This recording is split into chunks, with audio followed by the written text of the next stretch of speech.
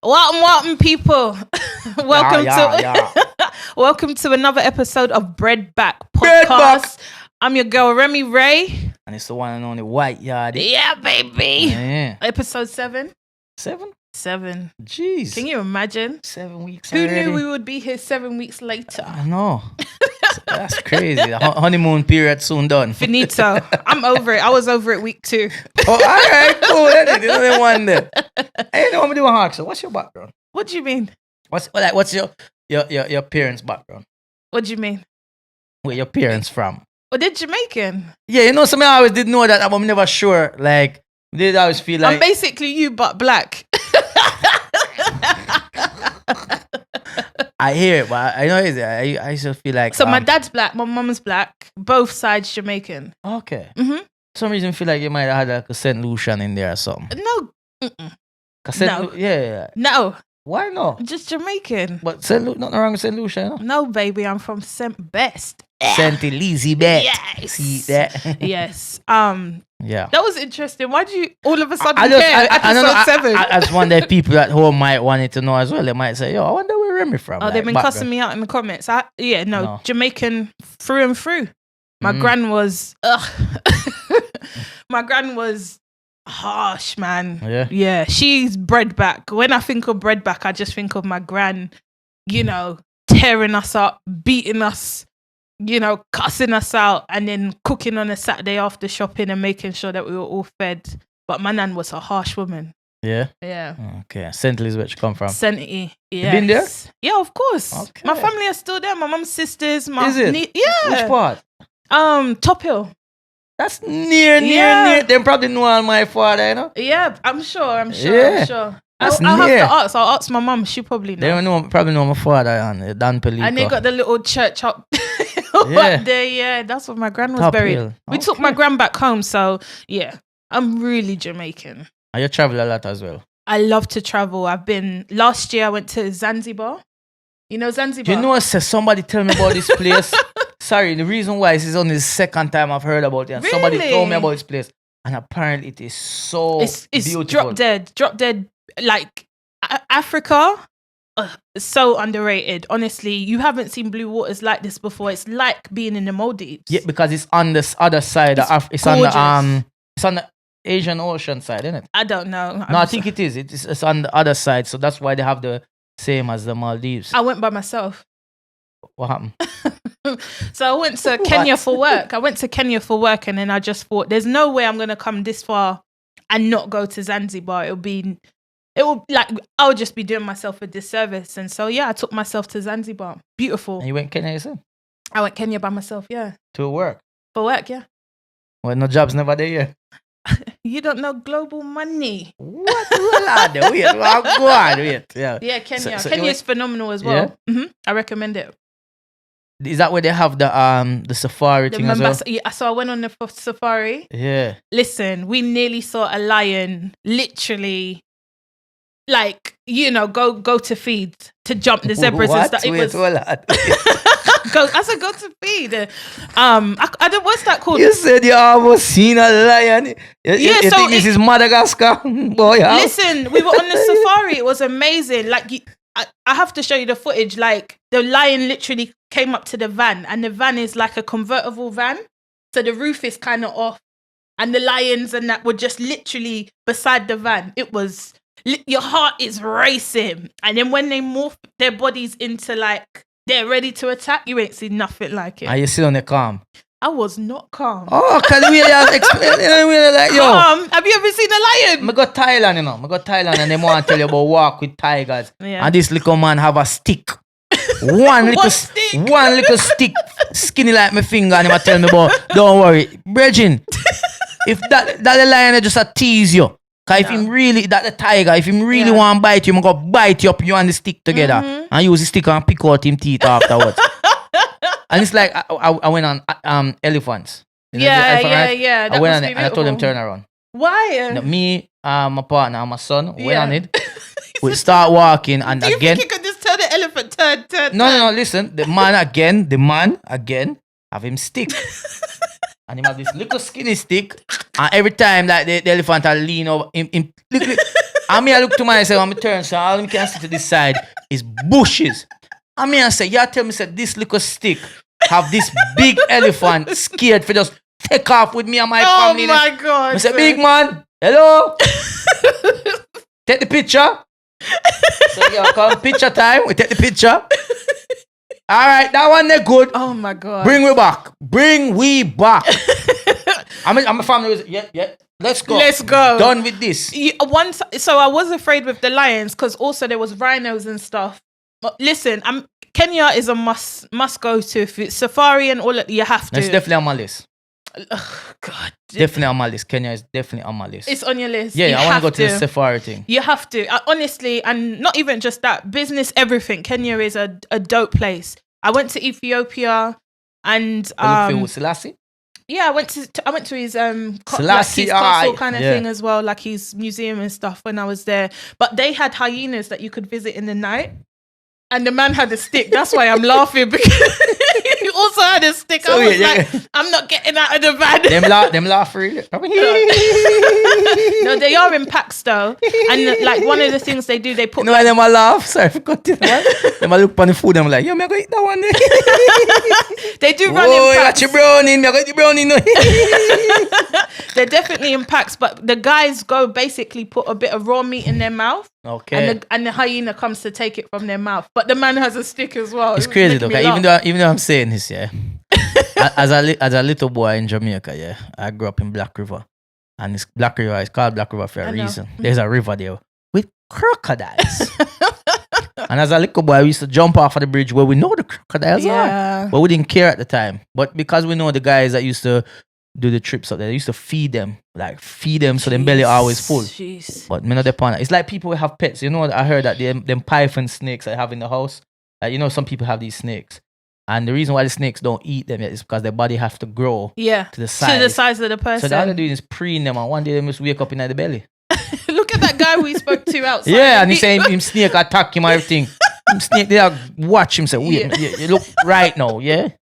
But yeah, man, crazy. Too so wait, you travel, man. I love to travel. Like, I feel so stifled not being able to travel, because that's where a lot of my inspiration comes from. The States, I've been, Africa, I've been to Nigeria, I haven't been to Ghana, I've been to Argentina. Is it Argentina? Mm-hmm. Okay. You're learning a lot about people go Brazil, like. Argentina. I went for work. That sounds like some international prostitute. I know. I didn't want to say it. I'm happy you said it. Small-minded he is. I didn't mean that. Consultancy, honey. How about that? Yeah, a consultancy trip. Okay.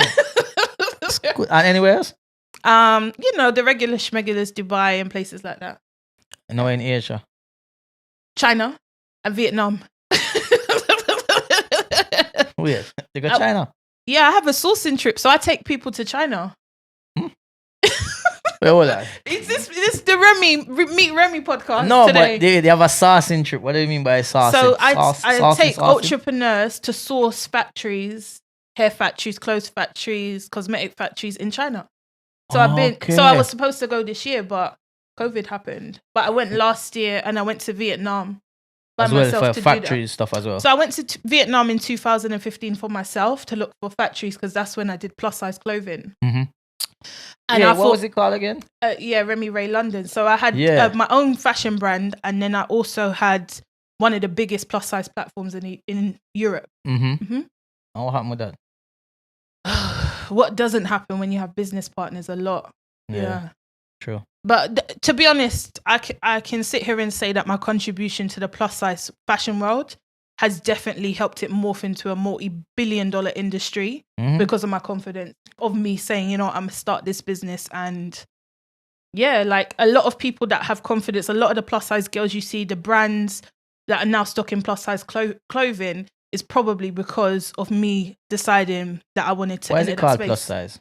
Because I don't know where the terminology actually comes from, but it used to be called size. And why couldn't it be? I'm not being rude, but why couldn't it be the ones who are not voluptuous? Voluptuous. So the word, the ones who are not curvy. Why couldn't it be them? Could be minus size. But why doesn't it just be nothing? But I get that. But because why do curvy ladies have to take the plus size? Why couldn't the slim girls take the minus size? You know what? It's interesting that everything is broken down in. No, I agree. So when I had my actual clothing line, it was called Remy Ray London, but none of my my clothing had sizes inside. They all had my letters of my name. Okay. So it could stop people feeling uncomfortable about their size. So I think I was quite innovative. You know, I was young, between 23 and 26. I really shook up the game. I was on every media outlet championing the plus size world. And now most of your stores, even, you know, your brands that sponsor you, a lot of the work has come from me putting in this work at my best friend's kitchen table, you know? Yeah, but that's why it's like, do you feel like you should be back in there? Or do you feel do you feel like if you had the right team around you at the time or had the backing, you would be further with it? Yeah, so this is a great segue into what I wanted to talk about today, just the perception of success, right? Like, I was young, I didn't know. I started my first company in 2010, Trapped in a Skinny World. I've never been skinny. As long as you know me, I've never really been skinny. And my friends were slim, but I knew at that time that I always dressed fly. People always commented on my clothes and stuff like that. So I knew that I always was an entrepreneur. I've been doing entrepreneurship since I was really young. And I started my first boutique selling vintage clothing 2010. Like, nobody wasn't touching vintage at that time, especially for plus size girls. And that business failed. Then I went back in it again. I just didn't have the right guidance. You know, entrepreneurship's really big now, but it wasn't big then. Not every single other person was starting a business then. Even doing business, it's about taking risks and chances. I love failure because it's really a part of the process, and I think people need to speak about it more. Yeah? Yeah. Like, so, obviously, you said your first one was in 2010. Yeah. And obviously, it didn't all right, but I did. So the business itself, I didn't essentially need to shut it, but I didn't have the skill set to pivot. Yeah. So I didn't really know that most of the people that kept buying from me were slim. And I was trying to have a plus size brand. Yeah. So I didn't really understand that it was like supply and demand. I could have just pivoted the business, but I didn't really know how to do that. And so I closed it. I suppose back then, it wasn't, plus size wasn't popping. You weren't seeing plus was size even girls. social media back then? It was just coming in. Like, Instagram and stuff was just coming in. Yeah. Even the internet was like becoming a big thing. 15 years ago, 15, 20 years ago now. But Instagram only really... About 15 years, I would say. About 15. Is it? Yeah, very new. Nah, man, Instagram only been about 8 years now, 9 years. Nah, longer than that. No, like videos. Oh, yeah. Pictures so there's a lot of stuff that I've done that are not going to be on social now. So you'll have to Google it. Google it. Mr. Google, Dr. Google. So, all right. So, today we want to discuss about... perception of success. Yeah. Because I feel like I've had a lot of success that people like... The people that know. And then it's like, now I'm a part of the new age of doing stuff. So it looks like I'm new. Yeah. But I'm not new. You've been doing it. You've been learning your craft and been learning, as you said, having failures and learning from your mistakes so you can carry on and make sure you don't make them mistakes again. No, I won't make them again. But also, I think that not enough discussion, like I said previously, around failure happens. And I think more people need to talk about that. I would even love to hear some of your failures or things that you've done differently that people probably don't even think that happened to you. Like, is there something that you could tell us? Oh, Jesus. Do we need a disclaimer? Failure in business? Boy. No, because I don't feel like I have really done. Obviously, I do promotion in terms of events. Yeah, but I always I don't want to go back to what has already been spoken about, but I go back to like what I was saying in my previous episodes. Episode 5 we did, where I was saying about when you're hustling, selling drugs and stuff like that, you're running a business. Yeah. So I feel like I learned a lot from those type of failures because there's times when you're giving somebody like £3,000 worth of stuff and it don't come back. None of them no come back. You don't person stuff, nothing. You say, what? £3,000 just gone, so? Jeez. And then you invest again and invest because there's a high demand. So you have to keep on going, you know what I mean? So I feel like with converting that to events, I don't really, I don't take a risk on events. In the same way. Yeah, because I feel like with the events, I learn how to know before I invest. So it's like I will put out feelers in areas. So if areas I've never been to, I'll put out feelers just to see, like Northampton, Wagwan, I look for do a show down there. What I say? If I see a good response, then I'm all right, cool, let's do a show there. You know what I mean? Find a venue that, is a good size, price and can accommodate as many people to make sure that no matter what this show is, it's not going to be a failure. Like I got an event coming up now and the higher fee is expensive. And it's like the amount you have to sell before you're even seeing profit. It's crazy. It's like that there is a risk. Every time I do an event, is a risk, especially now during COVID. But I feel like my skills of hustling are kind of have allowed me. So I have had failures. It's just I've not had failures in terms of legitimate business sense. Do you think you're calculated now? Then I feel so, man. I feel like I've taken too many losses on the street to come to this to a place where But scared money really doesn't make any money. I know that.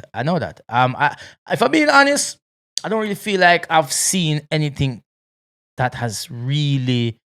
I could make investments and things. I'll be honest, like 2016, 17, I think it was 18 or 17, I was about to invest into a restaurant. Okay. I was, and it's just typical. Why not? I speak about food and people always saying, credit me, like say, yo, if you open a restaurant and show them, and it's like, yeah, man, why not? I can cook, but also I know a lot of good chefs, my friends, so let's do this. But funny enough, I didn't go ahead and do it, and it was a good thing because somebody else who I know who went and done it, he failed in it as well. And I mean, like, the thing about it, I was gonna go off the fact that that's chalk and cheese. Huh?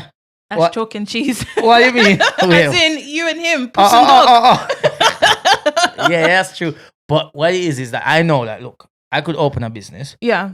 And based on my support, my following, I could generate a decent income. To come. However, people will come for the first time, for a second time, but it's not gonna be continuous. Yeah. You understand? You know what I mean? Like, you have to understand is like you have to find, I feel like with food places, you have to find something that's gonna separate you from everybody else. Yeah. Do you understand? And that's what it was. And to do that, it would take a lot of investment. So it is scared. I know you're saying scared money don't make no money, but sometimes when you have family, you have to understand. So certain risks you can't take. You know what I mean? Yeah, I agree. When you're investing in something and then you come home and you're picking them hungry, I look for them like, my God. Yeah, but also isn't it really about building their legacy and that generational wealth? And to do that, you have to take some risk. I think after the first failure, the second failure, I haven't really had that much failure after that because I've just learned so much. I've aligned myself with the right people. I have a support council, mentors. Even now I coach people how to sustain their businesses and look at ways to create generational wealth for themselves because I just realized how important it is to make your money work for you. There's no point just having the money in the bank. So no, definitely. I think if you did a restaurant and you had that like niche thing that you were known for, like Salt Bay, like he has a whole brand. I've salt off him elbow. Like, you mad, man? You think man salt off him elbow? I ain't eating that. I'm not eating it. It's come off your elbow, Bridget. Surely salt. Give me one salt. Me put it on. I don't want man. I don't even know where you do your finger there. I think that I'm see my feed all people. You can't come feed me. No, I'm not into that. But I think that if you had decided to go ahead, I could see how that would be really successful. You know what it is as well? Is the idea I have for how I would want my restaurant to be. Yeah. It's going to take a lot to get it like that, investment wise. Yeah. So it's not saying scared money, it's just making sure I have the guaranteed money to make it happen. Yeah. Because I wouldn't want to do something half-hearted and it doesn't come out to exactly how, because I wanted to separate it, like make it stand out different from a lot of other Caribbean restaurants. You know what I mean? Like none of the foolish thing, you get me? Proper thing, but deal with it at a level where people are coming to your restaurant. It's not like they're not just coming to the restaurant for the food, but they're coming in for the experience that they get there. I want it to be a place like, when people go West End and they want to take them pictures and they have flower walls and this. You want it to have that feel like this is it's not just, it's a special occasion thing when you go out.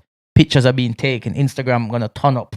So I'm just gonna So put that into your your goal list and say that it's coming, because yeah, I feel no, like definitely, it could be a dope 100%. opportunity. And obviously, in terms of other investments, And if you're out there, investors looking for a white yardie, go ahead and reach out. but also it's like even with terms of back home in Jamaica, I've got plans for back home in Jamaica. You know what I mean? Can we talk about this a little bit? Because I mean, we know what the area is. I guess it is all around, trying to be successful. But there is a lot of people that say not to go back home and start a business because of Why not? fear. A lot of fear, especially us from the West, trying to go back home and establish ourselves. What's your view? It's a bit different. Like I understand it where if I grew up there, so for me, I spent over half of my life there. So I went to school there, everything. I don't believe in that. You know what I mean? I have a better understanding. It's not like I just left there young and then don't know nothing going out there, and you know what I mean? Like just trying a thing. For me, I know how things work and how to make things work. Yeah. And there's people in Jamaica that are very successful who have never even left Jamaica in their life.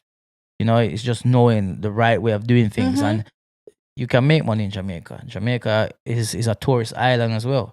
Yeah. You know what I mean? Like I hear remittance, like people sending money back home is like the biggest income in Jamaica. You know that?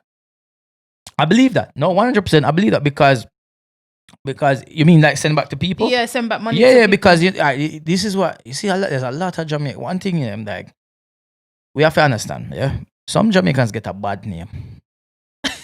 Some? Right? No, some exactly. Some Jamaicans get a bad name because people only see one side to them. But a lot of Jamaicans that I know as well, especially the ones that you will see in dances, in parties, you see them in parties and you see them doing a thing. But guess what? They're getting up. Yeah, they work. AMs, they work hard, and they're going to do their job. And some of them are doing 2 jobs. Some of them are doing a day job, and then going to do an evening job, and then they might go party as well. Yeah. So you know what I mean? Like, and guess why? Because you know what? There's families back home. There's mothers, there's grandmothers, there's grandfathers, and there's not no jobs for them in Jamaica. So they have responsibilities, and they do send what they can send back to Jamaica, because without them, their family is not going to survive. I do not like that there is some that put too much pressure on the ones that are over in like England, America, and Canada, that you know what I mean, it shouldn't be pressured into that, because sometimes they have to live a life as well, you know what I mean, and they can do as much as they can, but not too much pressure. So I just probably want to touch on what you just said now, but maybe an unpopular opinion is that also I don't think that that's good, that people send so much money back home, but they're not actually creating revenue streams where the people can sustain themselves. Yeah. Because that, for me, not all help is helpful. Me keep on helping you to only be able to buy clothes. I mean, some of the cases are definitely serious. You know, it's not even just clothes, it's food, it's education for the kids. 100%. But I believe in making sure that there is something that could generate an income for sustainability, because even down to my family, some of my family that send money back home, the money just disappears into the atmosphere because they're not using it for anything that can actually sustain them. So what happens now when someone in foreign dead? No, but you're right, and that's the thing, is like there is some that there's definitely is sending back money because the business is running, but there's some that is not even sending back because they've sent to set up the business, and now the business can run itself, that they don't need to send it back. Maybe now what they're doing is sending supplies back home for the business. Yeah. Like I have a friend who got deported. He got deported about, I would say, about 12 years now. And close friend. And me, him, and my other friend, we were close, 3 of us.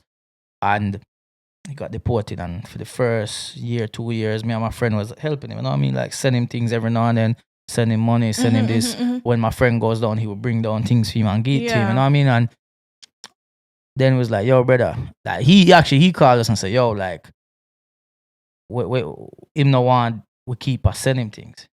He want to start." Set up a business. He's one in the million. No, real talk. Because we were getting to that stage where it was like, yo, brother, we can't keep doing this because what happened? Can you come back?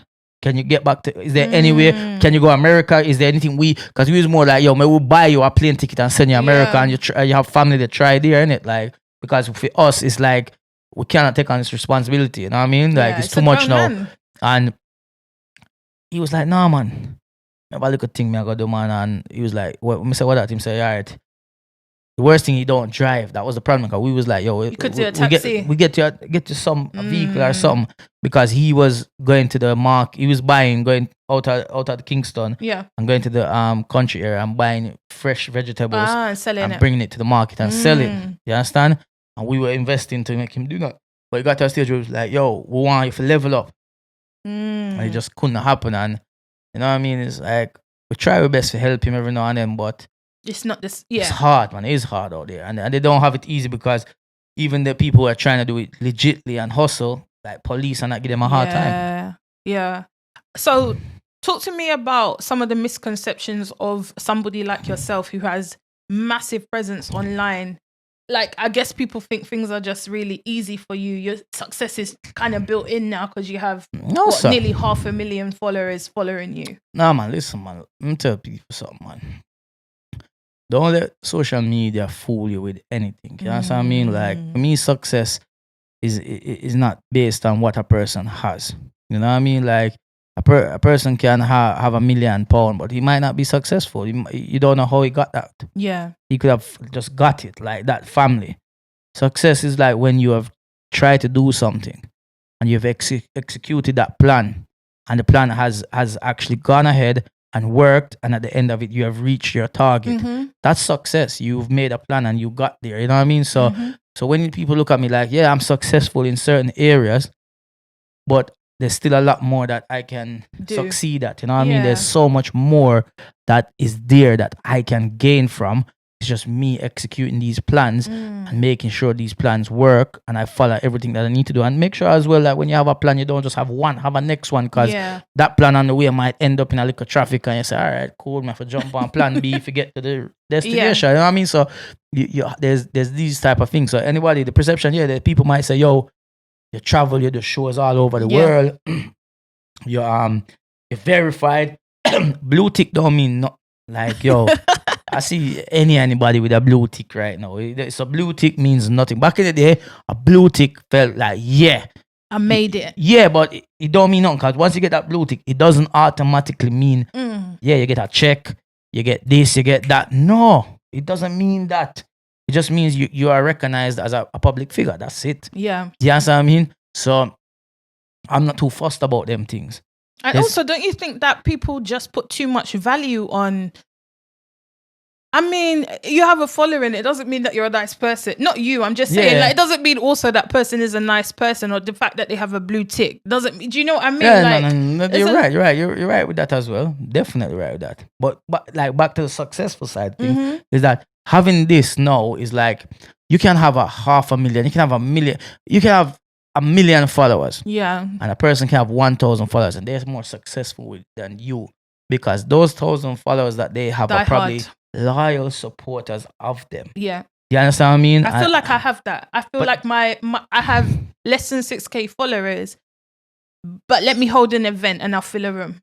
See what I'm trying to say? And that's the difference, where there's this one the influencer girl with the 6 t-shirts, and she couldn't sell 1 million. Would she have 2 or 1 million followers? And she only sold, like, I don't even know what she sold. She couldn't even sell enough to make the orders go ahead. Yeah. And that's what I'm saying, is like, people don't be fooled by people's followers. It's like, true. Don't be tricked by them. Like, for me, I back up my talk, right? And I'm gonna this is something that is proven. I do events, and at these events, people come out. They come out to these events and they have a good show.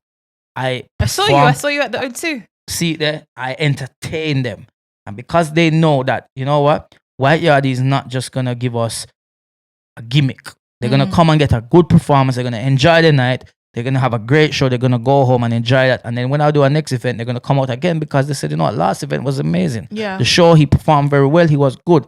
There's people with this big following who try to do different things. And people might go for the first one, but then they wonder why they didn't come for the second, because it doesn't translate. What you do on social media doesn't translate to life. Yeah. So in terms of success, you cannot judge somebody's success based on followers. Yeah. You understand what I mean? Like, look at don't work. Boosie Badass the other day, he got locked off of what was he on? Twitter? Well, no, Instagram, I think, isn't it? and he couldn't get back in. And it? he was begging, I think, Mark Zuckerberg's Is it? 100K to let him back in, because clearly he hadn't patterned up his stuff in a way where he had like his email list, so he couldn't communicate with his followers, that's the gold. Like, you have to try build up your email list is literally gold.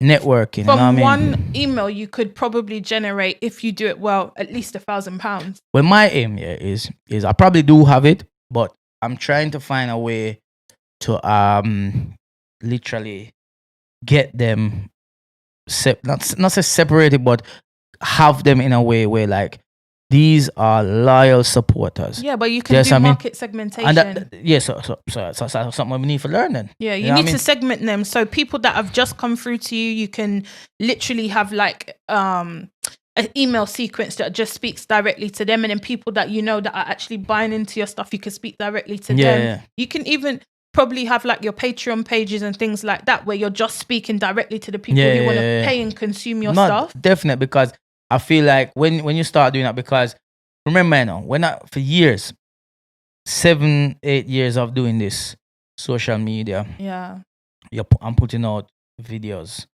content religiously putting out stuff, and people need to understand I don't get paid from views on Instagram or Facebook. I don't get paid from that. That has never been paying me.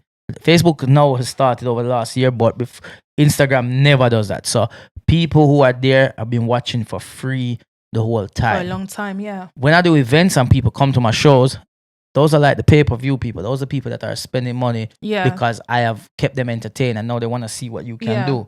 You understand? So it's like I need to find a way of making sure these people know, my loyal supporters, I can give them extra stuff. This is for you.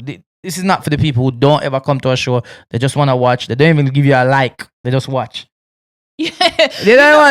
Actually, that is so true as well, because like I said, I have a small following, but the people that actually pay me for like coaching and things like that, they're not on all my posts liking stuff. They're in my DM saying, Rem, can we go? Like, when can I start working with you? When can I have coaching with you? Or Rem, when are you having an event? Or if my book drops or like my merchandise drops, they're in my DMs. They're not on every post saying, go girl, oh, this is dope.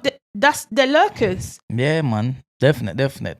So I think it's definitely a key thing. I feel like if people, and it's like, if you can just, anyone, it's not even just me, it's just in general, anyone, if anything you're doing, you just need to know that your customers are your priority. Yeah. And you treat your customers good customer service skills, you're going to be successful because you're giving them a product, you're giving them this, and they believe in your brand. And then once they believe in your brand, that's it, because that's what you need to let people do. Believe in your, that's what you need people to do. Believe in your brand, what you're doing. Not you believe in yourself, but now you need to convince the general public to believe in this brand. It's like big brands. People believe in it because they know it's quality, they know what they get. Yeah. And that's all it is. And once you get them, take your time and your success will come along the line. What does success mean to you? What's success in your terms? Success. What does success mean to me? See, it's tricky because it's like if somebody asked me, would you rather be famous or be rich? What would you choose? I would rather be rich. I don't care about being famous. Ask me the same question. Would you rather be famous or rich? No, not that one. What I asked you. Oh, yeah, I'm going to ask you. What does success mean to you? Yeah, freedom. Freedom. Yeah, because success for me is linked to wealth. Wealth is then linked to not having to do the things, you know what I mean? But it depends on what your aim to success is. And I've never wanted to be famous, period, point blank. But that's what I'm trying to say. So even though you say wealth to other people, but that's, to you it means freedom. Because, your aim at success, I get it. It's free because I don't want to spend my time doing the things that aren't my genius anymore. So like now I have a virtual assistant because I don't have the time to be doing this, and this, because it takes me away from my vision of success. My success for me is freedom to operate, to help the community, to, operate with autonomy over my life. I want to be able to inspire the next generations and stuff. If I'm sat behind a computer sending out emails, mucking around with diaries, sorting out automation, all of that kind of stuff, that doesn't get me to where I want to go. So I need the freedom to be able to operate. And that's really for me what success. That's it. Peace and freedom. But in every that's what I'm saying. For you, that's what it is.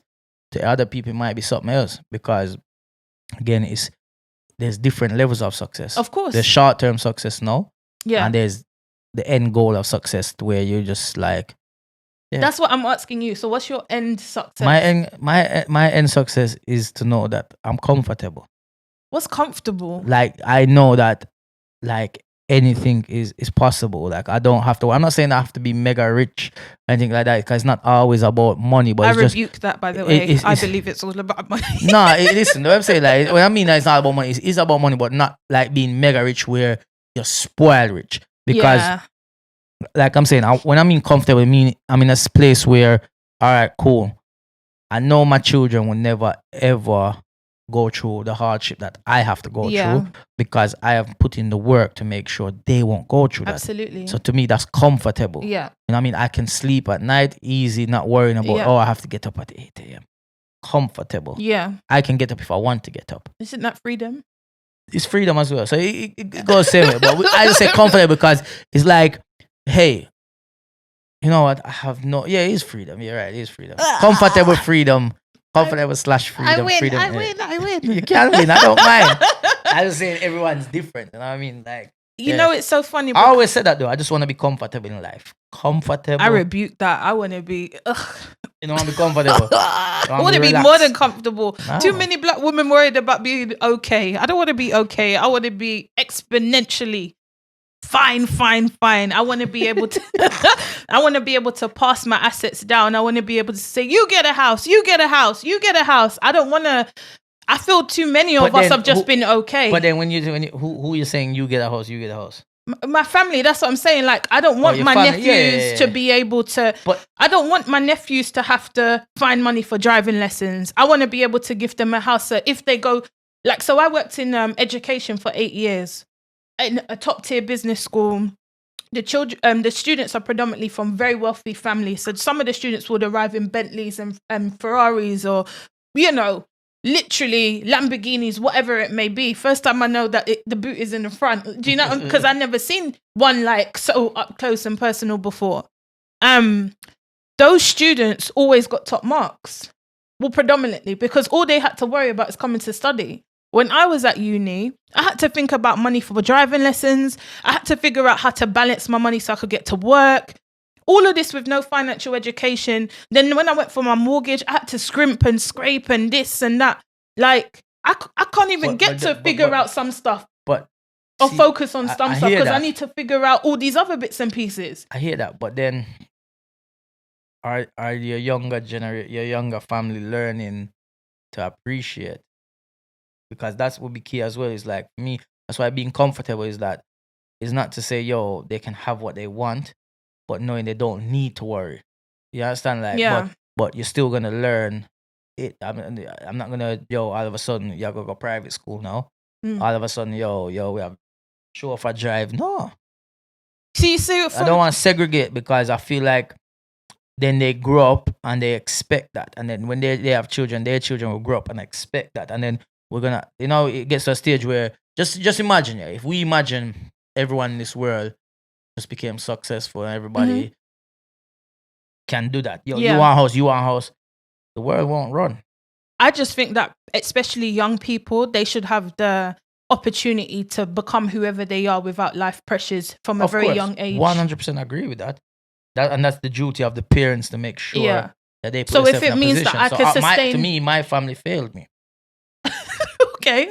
No, how did we get here then? No, I'll be honest. Like, if you think about it, my dad was very successful, but because of certain decisions he made in his life, it turned out he failed. And you know what I mean? And he never put me in no right part to say, yo, here's a start in life. Yeah. You know what I mean? My mother as well, she made bad decisions in her life. And so in that case, a lot of our parents have failed us, and we are trying to make sure we don't go in the same path because it's easy for us to just say, we care about ourselves. And as long as them have food and clothes on them back, we can't wait till them 16 to come out of my house. Yeah. Because that's some attitude some parents have. You know what I mean? And it's like, aim to be successful so they can learn from that. But that's what I'm saying. Giving them the opportunity to be whoever it is that they are, it shouldn't be down to whether or not they have to eat the bread back. They should have the opportunity to be able to be children, imagine, dream. Like, I don't think we realize how important the next generation is. Those are going to be the people that's probably going to keep us alive by their innovations and their imaginations and them being free. Most of the time, we're shutting that down from an early age. There's a lot of kids out there that they don't even know where their next meal's coming from. Their parents ain't home. And so I want to remove that as much as I can help. I don't want my nephew to have to worry about driving lessons. He just needs to go to school, educate himself. Mm-hmm. You know, if you want to start a business, there's tools to do that. Yeah. I don't think all of us need to start from a painful place to be able to have that grit to be successful. No, definitely not. I was looking at it like, obviously, if my parents were like millionaires, multi-millionaires, would I be the person I am today? Nope. Probably not. Definitely not. Would my children be who they are today? Nope, definitely not. Do I like the person I am today? I love who I am. So there's certain life lessons we definitely need. Absolutely. To build us to be the person we're gonna be in the future. Yeah. But would you be this person also? And who's to say you would hate the person that you were? Who you would become if your parents were millionaires? It doesn't mean that I probably wouldn't. But money doesn't mean that you're horrible. No, I know that. I know that, but it just means your surroundings and the people you associate will be different, and you'll be run like, you know. I think it's more of a perception that I have. Anyway. Yeah, I was gonna say I have on people that are wealthy, because I encounter these people who are wealthy when you go supermarkets and stuff like that. And what did they say? You peasant, get away from me. Almost just about saying that. They look down on you like your money not good as theirs. But guess what? If you dead and me dead right now, what are your money left behind? You are going to the same box and ground like me, man. Yeah. Your money just cost more than mine. But you all bleed the same. We bleed the same. Yeah. So sometimes I feel like that's what it is. I have that perception of people with wealth, how they behave. Because I feel like people with wealth feel like they have power. But you only have power over weak-minded people. Because you don't have power over me. And anybody richer, I've never looked at somebody with a millionaire. And listen, I was in Dubai surrounded by millionaires. I'm going to stretch it because I was surrounded by probably... I went to Dubai. Shereen sent me for my birthday. All right? And we went with... I went with some friends and we stayed in a villa. Not a villa, mansion. One of the mansions on the Palm. And on the Palm, there's all mansions along there. There's like, I can't remember how many, but they're all listed like A, B, C, D. Yeah. And on there, they got loads of them. And the one we were staying on beside us was an empty one. And the story is that it's a Russian millionaire and he just buy it just to say I have it. That happens in Dubai. He's never even been there. Me and my friend him walk right round. We see so many empty ones. Empty ones. And they all have people over there like working. And we say, yo, like who live here? And they be like, oh, I've never met him. They've never met. People buy it just to say they have it. You understand? And then they had this other mansion we got invited to, the 16-year-old boy's birthday. He must follow us on Snapchat and Instagram. And he's like, yo, they should come to my birthday. He was on the same Palm. And we went, no, he's on the next one. And we went there and his dad owns Splash and he's worth like something billion. Oh, I love Splash. Now, I mean, is it? Yeah. So as in, you mean the clothing place? It's a clothing place called Splash. What did you mean? No, I thought, isn't the water park called Splash? Oh, I don't know. Oh, okay. But no, Splash is the name of a clothing company. So okay. I don't know. It's almost like a H&M or something like that. And he owns that. And it's like, I just act normal. You get me? Like, around them, because to me, it's like, yeah, give me $1 million. You know, give me $1 million. So why am I going to act like any different? I'm going to act myself. This is who I am. I'm not going to pretend to be anybody else because this is who I am. And I just feel like a lot of them feel like when they have power, because I see how they speak to the workers and stuff like that.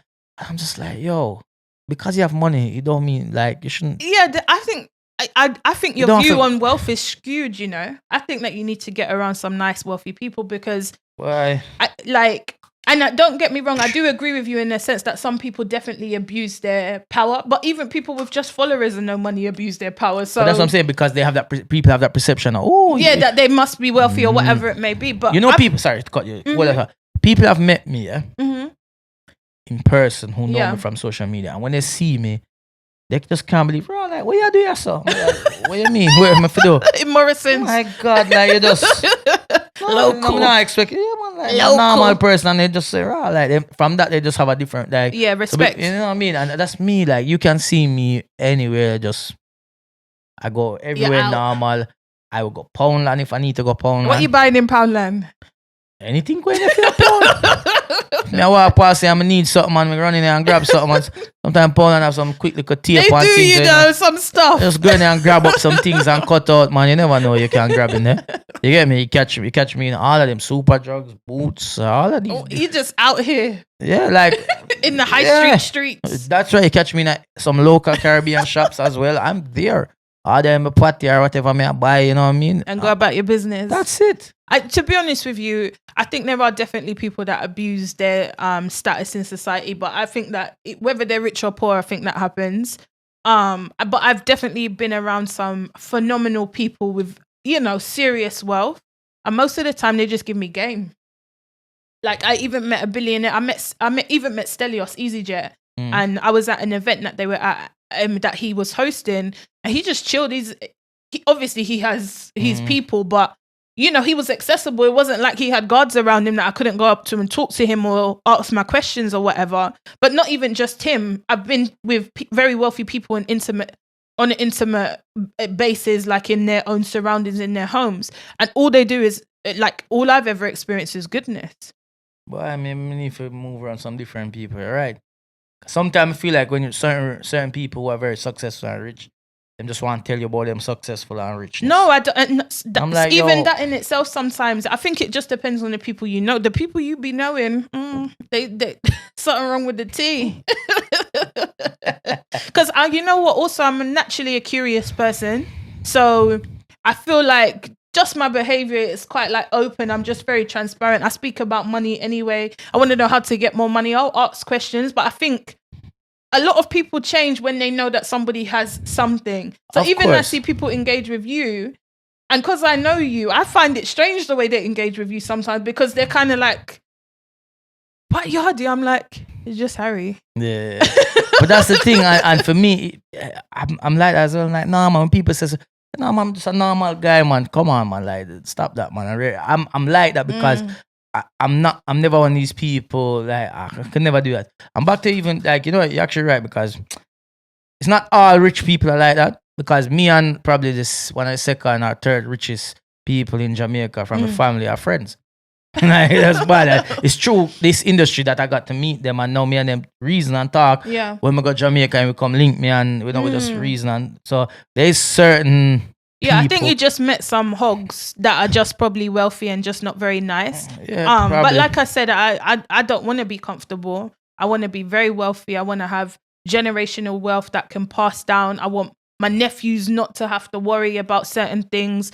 If I can move them, you want that Oprah wealth. And I don't even care if it's $1 billion or not $1 billion. I just want to be wealthy enough so that my children's children don't have to struggle in the same capacity. It's the same thing you're saying, but I rebuke that being okay. I don't want to be okay. I want to be out in the streets getting that money.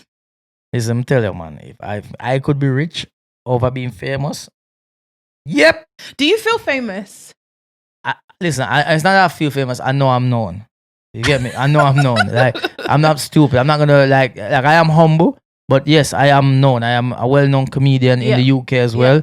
I'm in Canada. Globally? In Canada, I'm well-known. Yeah, globally. You know what I mean? But in the UK, I'm definitely in the top 3 of well-known comedians, in especially in our scene as well. If that people copy, I know some people like, oh, look at him, he's arrogant. No, it's been fact. Why do you care what people think? Because I know what people are like, man. I'm just like, yo, like I just speak facts. I know what I mean, and I know. I don't be bothering that. I know. I'm not even interested. But even in Toronto itself, in Canada, I'm very successful there as well. So I'm well known. I've been on TV. I've been on primetime TV in Canada, so I am known. But I'll trade that all in to be rich, wealthy. What's rich? How much? 100 million? No, I don't even need that much. I don't need that much. Oh, you talking about 2 million? Yo, give me 5 million. And you'll be cool? I'm cool. Okay. Because I'll turn that 5 million into more millions. Okay, cool. You get me? Come on, man. I'll turn that 5 million and check me in a 3-year time. I'll be like, oh, how much million you have now? You have 7, 8, 9. Then check me again. I have 20. Check me again. Yo, I'ma stop. I'm rich. What would be the first thing you buy? Huh? What would be the first thing you buy? One drink. Because you're gonna need it. People Take coming a to drink. beg. Hey, I know anything. Nobody would need to beg me. No. Nobody would need to beg me. You just be out here. You get a No. house. People be cool. Nobody. Let me tell you. Nobody. How much need would you give me? That's the important buy question. your house. I'm not giving. I wouldn't give you money. I would. There's people not getting money. I'm buying you something to make sure that. But we're saying the same thing. Yeah. Me and you are saying the same I thing. get that. I hear what you're saying. Yeah. Obviously, I'm not going and buy 100 house. Me know I'm mad. Certain people, me I make sure them good. You know what I mean? Make sure them good. Like, yo, hold that, hold this, hold it. You know me? But it's about investments as well, man. Like, set up things so you can run. I mean, I'd invest in properties. I would want one of them. You know them building them where you see where you have about 20 flat in it? Yeah. Want to build one Like of them a there. multi-plex. And call it Yardy Block. Yardyville. It could be Yardyville. Imagine that come up on Uber Eats. Yardyville? No, what is going on around there? Is that your true passion then, do you reckon? Real estate? Of course. Really? Of course. Listen, if I the first meal I make, I'm definitely investing Real into estate. Yeah. Do you think it takes $1 million then? Listen, let me tell you something. I wouldn't even need to own my own place, you know. Yeah, I don't think many real estate investors do. I think I wouldn't even want to own my own place because you're buying something just to lose value on it, really. No, well, you're occupying it, so you're not making money from it. You're buying somewhere not to make money. That's what I mean. It's like, why? Rich people don't buy cars; they lease cars. Yeah, you know what I mean. Like when we break it down, like we do too much sometimes, like trying to feel like this is the right thing to do. This is not the right thing to do. Yeah, we have to be smart with it. Like trust me. I'm not saying I'm perfect. There's certain even they want to talk something. Even to them, I notice something. Say what? Say a month no, but it's covered. But it's just like no. How can I stop? I have to get a bicycle or something. I got a bike. Mad. You know, I drive a little banger and I have a bike as well. Like I think my time has passed by me being like entertained by like designer and things like that. Like I'm cool now. Like I've done that already. The Gucci's, the Rick Owens, the Balenciagas. I've done that already. So I'm good now. I just have one little whatever stuff that I've had for years. I don't really go out of my way to buy stuff like that. Like my friends have taught me how to do little investments and things like that. And that for me gives me more joy watching the money grow, to be honest with you. I think that it's so much has changed for me as I've gone into my 30s. That's good. You know your 30s? Yeah. I'm joking. You mother. So success, perception. I guess we touched on quite a lot actually. Just from my own personal experience, when I started the plus size stuff, I was on mainstream. Manoa. Listen, Big Sky. Sky, Al Jazeera. Big Sky. Hello. Sorry. And people have a perception that if you go on like mainstream media, where you go on Al Jazeera. Weird. Hey, Al Jazeera. You know who made me know about Al Jazeera? My father. Really? My father used to spend a lot of time watching Al Jazeera, you know. Yo, cause it's the real news. Yeah. I spend a lot of time watching alternative news now. I'm just very curious. I was on like Russia TV once. Where ya? Yeah, they put me on there. RTTV. Yeah, I was on that as well. They put me on there because I talk about the Nike. This outfit Nike was bringing out looked very promoting gang violence. Oh, really? And I did a video about it, went viral, and they put me on there to talk about it. I was like, yo, what big media upon news? But did people, like local people, then thought you made it once you go on the TV? That's how it felt to me. I was in a cameo in Rapman video, in Rapman movie Blue Story. Lico, I had probably 10 seconds in there. Them feel like you made it. No. Yeah. Yo, Rapman just signed a thing with Netflix. Yo, Rapman, return the favor, yeah? Sign with Netflix, return the flavor. Yo, cameraman, this is the clip. This is the clip you need to put out. Rapman, you need to return the favor, Rapman. I'm being serious. Look at his eyes. He's dead serious. Now I count to 5. I have to return the favor. 1, 2, 5. You're so foolish. So, last questions around success. What's next? What's next? Yeah. What would make you feel like, you know what, I've been at this a while. Bang. Well, what next is the Breadback podcast. We'll be doing very well. Yeah. You know what I mean? We're gonna push this into 2021. Mm-hmm. Keep going. You know what I mean? We're gonna get something done with this. You know what I mean? Guys, it's a great podcast. I can tell already. And Yeah. you know, the chemistry and the conversations we are having with and without guests, it just naturally flows. And I feel like there's a long way to go. There's nothing else out there like this. When I really look at the podcast out there, there's nothing out there. Everything out there is just, you know what I call them? What? Bubblegum podcast. The rest of them. You know what I call them that? Bubblegum. As soon as you chew it, it's gone. You forget about it. We are not bubblegum. We are not bubblegum. Trust me. We are everlasting. So, you know what I mean? We're definitely having classic conversations. Timeless. You know what I mean? Like, Louise, yes. We are the Rolex podcast. Timeless. I think that you're right. I think that Breadback for me has been interesting because we haven't done this before. We haven't done this together in this capacity, but I can definitely see the need for the conversations that we're having. And learning. I'm learning so much. Like all the episodes we've had so far, I've come away and I've learned something new. So for me, Breadback will definitely be something that hopefully continues to grow and grow 2021. 100% will, man. What else?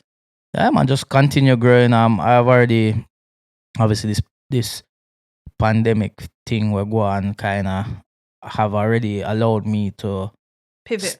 Change certain things. You know what I mean? And I already I'm doing different things now where I'm not relying on one thing. So I know once them free up back the place and everything we may do right now, and that are gone, yeah, man. You're good.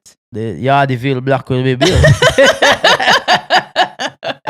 For me, I can't wait to get back to traveling. I think traveling really allows me just inspiration and, different cultures and stuff like that. I really want to go to Rwanda. I really want to go to, I want to go to different places. Where's Rwanda, by the way? Africa. Okay. Yeah, so Ghana, Rwanda, those places are on my list. Gambia as well, because I really want to set something up in Africa. That would be, if 2021 I could set up a little something in Africa, that would be me. Yeah. I'll be very happy. Anything? An establishment of some kind, maybe around entrepreneurship, That should be good then. I'm interested in making sure that we have. I miss traveling as well. You know? I miss it. Where would you go first? Right back to Jamaica. Really? I have things more and get done out there. Man. I'm serious about setting up back on businesses. Back home. Yeah, man. Trust me. There's things I'm already investing in. This year I was meant to be doing them, but obviously through the situation. Yeah. You know what I mean? But when I travel, my partner would tell me, I'm always, and my mind's always business minded, you know. When I go to Egypt, I talk to one of the I've been to Egypt. Yeah, I there Egypt, I talk to the excursion people, them, and my reason, I say, yo. So the quad bike business, how much you buy a couple quad? Yeah. Imagine that me ask man how much you buy a couple quad bike out here and set up a business and rare this and travel somewhere else and we talk about buy a boat and because over there me just try to find out how much the money's value and because sometimes you might have certain amount of capital here and it can't really do as much. But you go to a different country with that You're capital a millionaire sometimes. and you can make a lot happen. So sometimes it's good to travel, man, and learn a lot. I always ask questions. Anywhere I go, I ask questions about businesses and stuff like that. Would you have come to China with me? I'll definitely go China. Really? Yeah. China's it's very, very interesting. Go get the iPhone 100. Because China have everything, you know. China's definitely somewhere I would go. Yeah. Yeah, 100%. Oh, that's it. Another episode of Breadback. Mm-hmm. Finished.